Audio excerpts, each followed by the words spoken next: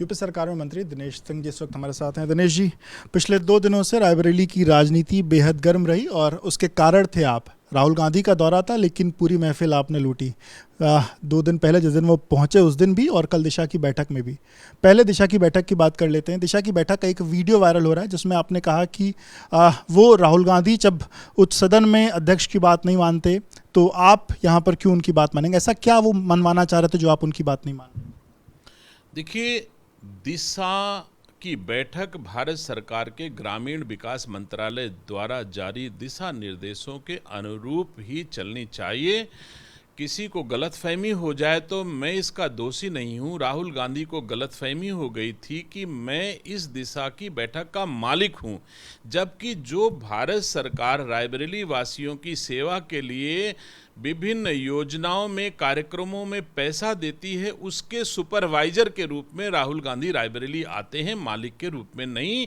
और मैंने दिशा की परिधि के भीतर डिस्कस करने के लिए कहा तो उन्होंने कहा कि मैं अध्यक्ष हूं। हमने कहा आप अध्यक्ष नहीं हो, आप सुपरवाइजर हो, अध्यक्ष के रूप में सुपरवाइज कर सकते हो, आप डिक्टेट नहीं कर रहे हो। बोले कि नहीं, मुझसे अनुमति लेके बोला जाएगा। हमने कहा जब लोकसभा में आप लोकसभा के अध्यक्ष का कहना नहीं मानते तो आप जैसे अध्यक्ष का कहना मानने के लिए दिनेश सिंह बाध्य नहीं है। और मैं दिशा की बैठक के भीतर ही बात करने दूंगा, इसके बाहर बात करने नहीं दूंगा। क्या ऐसा वो कौन सा मुद्दा छेड़ रहे थे जो आपको लगा कि वो दिशा की बैठक के बाहर की परिधि का मुद्दा था? देखिए, बहुत सारे ऐसे मुद्दे जो, जैसे सपोज करो कि दिशा की गाइडलाइन में भारत सरकार द्वारा कुल 43 कार्यक्रमों पर चर्चा करने का अधिकार दिशा देती है अध्यक्ष और माननीय सदस्यों को। वो उन 43 के अतिरिक्त, जैसे मान लो अगर उज्ज्वला भारत स्कीम भारत सरकार की है जिसमें दिशा की गाइडलाइन के अनुसार अनुसरण किया जाना चाहिए, लेकिन उसका नोडल विभाग उत्तर प्रदेश सरकार का खाद्य रसद विभाग है। तो खाद्य रसद विभाग में और बहुत सारे काम होते हैं, कोटेदार होते हैं, बहुत तरह के काम होते हैं, राशन बिकता है, लेकिन राशन और कोटेदारों पर चर्चा करने का अधिकार राहुल गांधी और दिशा की बैठक को नहीं है। केवल उज्ज्वला योजना की चर्चा करने का अधिकार है। वहां पर आप ये नहीं कह सकते हो कि सरकार ऐसा नहीं कर रही है, पार्टी ऐसा कर रही है, सरकार पैसा कम दे रही है। जो पैसा दे रही है उसका अनुश्रवण करो। ये कहने वाले आप नहीं हो सकते कि सरकार इसमें पैसा नहीं दे रही, कम दे रही, ज्यादा दे रही, नीतियां ठीक नहीं है। जो नीतियां बनी है, जो दिशा निर्देश है, उसी की सीमा के भीतर आपको डिस्कस करना है। तो जब भी वो सरकार की निंदा पर चाहते थे, पार्टी की ओर ले जाते थे, तो मैं कहता था ना, बिल्कुल दिशा की परिधि यही है और इसी दिशा की परिधि में आपको बात करने दूंगा, इसके बाहर नहीं बात करने दूंगा। और मुझे खुशी है कि एक लंबी चौड़ी फौज लेकर के राहुल गांधी आते हैं।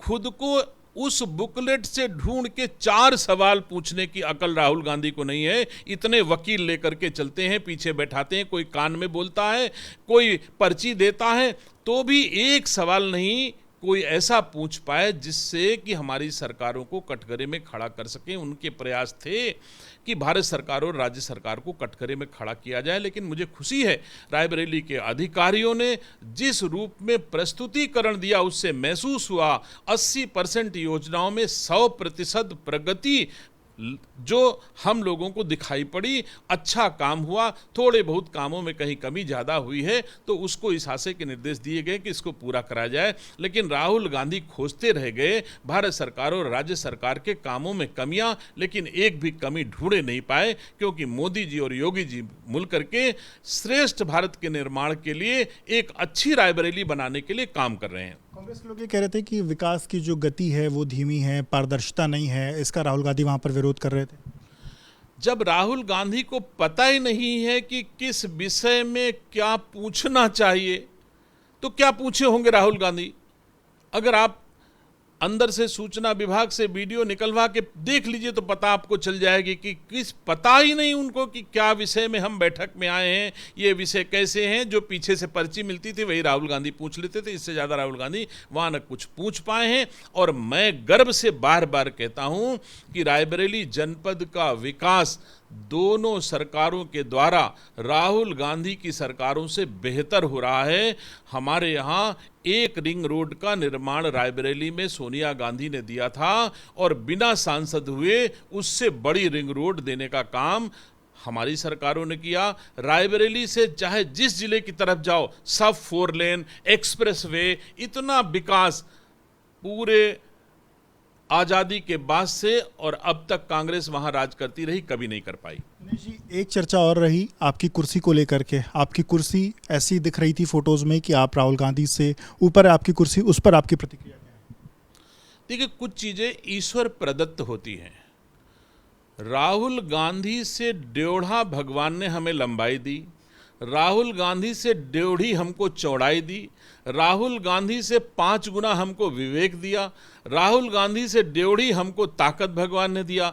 तो मैं उनसे बड़ा दिखता ही हूँ, इसमें कोई दो राय नहीं। ये वोट से किसी को नहीं मिल जाता और किसी गांधी नेहरू खानदान में पैदा हो जाने से भी नहीं मिल जाता। हम तो गरीब खानदान में पैदा हुए हैं, लेकिन राहुल गांधी से 5 गुना विवेक भगवान ने हमको दिया है सेवा करने के लिए। भले चुनाव हार गया हूं, लेकिन मैं हौसला नहीं हारा हूं। हौसले हमारे राहुल गांधी से ऊपर रहते हैं। आपकी कुर्सी ऊपर नहीं?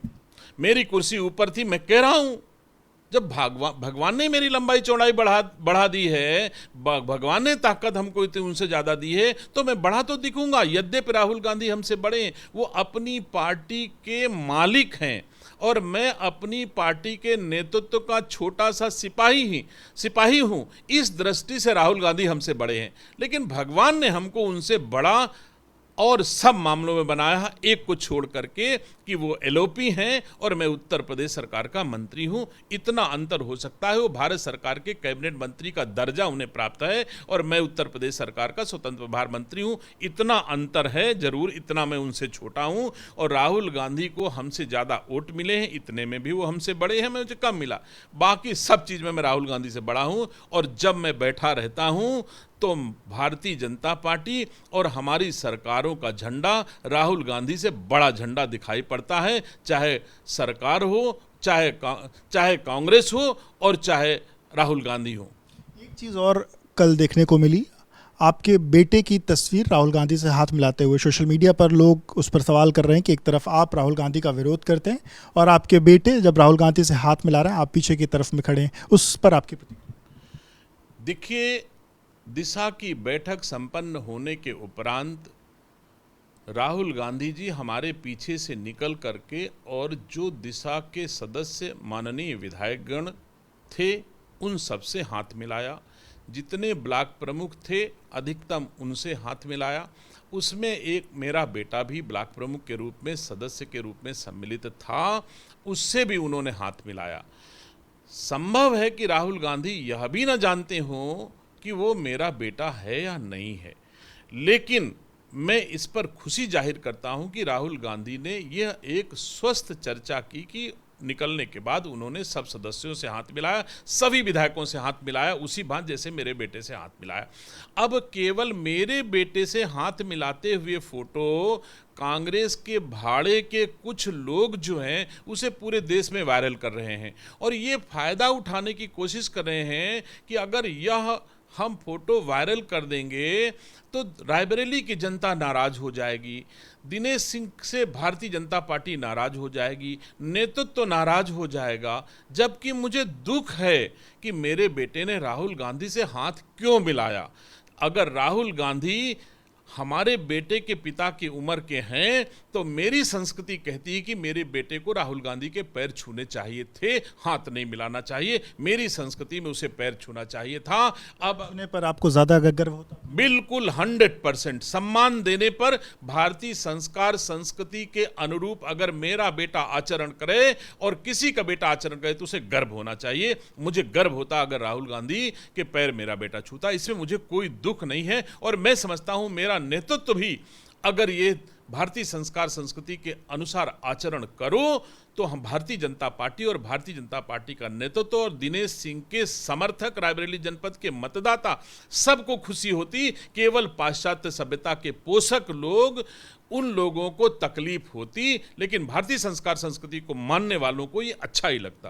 आखिरी सवाल दिशा की, जो एक दिन पहले चलते हैं, जो राहुल गांधी का पहला दिन था दौरे का, उस दिन जो प्रदर्शन थे वो हुए। हालांकि बाद में आपने प्रदेश अध्यक्ष के नाम पर एक पत्र भी लिखा, उस पत्र में आपने कुछ नाराजगी व्यक्त करी थी। क्या प्रकरण था और क्यों आपकी नाराजगी थी और आप क्या चाहते हैं?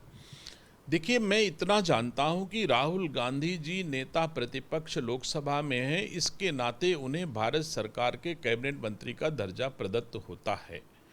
भारत सरकार के कैबिनेट मंत्री का दर्जा में जो कुछ प्रोटोकॉल में आता हो वो उनको मिलना चाहिए, और अगर नेता प्रतिपक्ष के रूप में कुछ हो तो वो भी मिलना चाहिए। लेकिन जिस रूप में प्रोटोकॉल दिया गया उससे मुझे तकलीफ हुई कि यह अनावश्यक था, इसकी जरूरत नहीं थी। रेहड़ी पटरी वालों को हटाया जाने पर मुझे दर्द हुआ है, और जो 70 किलोमीटर का रूट डाइवर्ट किया गया था इस पर मुझे दर्द हुआ, जिसकी शिकायत मैंने अपने सरकार को और अपने नेतृत्व को किया था।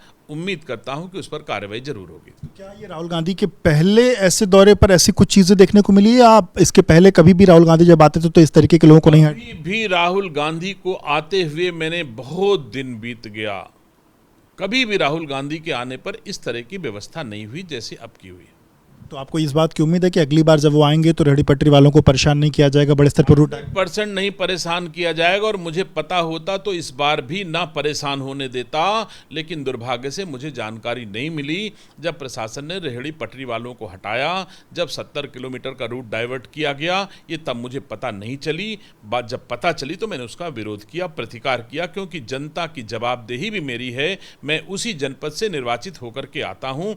उस जनपद के रेहड़ी पटरी दुकानदारों और सड़क पर यात्रा करने, सड़क पर टैक्स दे करके यात्रा करने वालों को असुविधा नहीं होनी चाहिए। ये हमारी दोनों सरकारों का दायित्व है। बहुत बहुत शुक्रिया बात करने के लिए। तो आप मंत्री दिनेश प्रताप सिंह जी को सुन रहे थे, जो पिछले 2 दिनों से सुर्खियों में हैं, और उन्होंने तमाम विषयों को लेकर के अपनी राय रखी।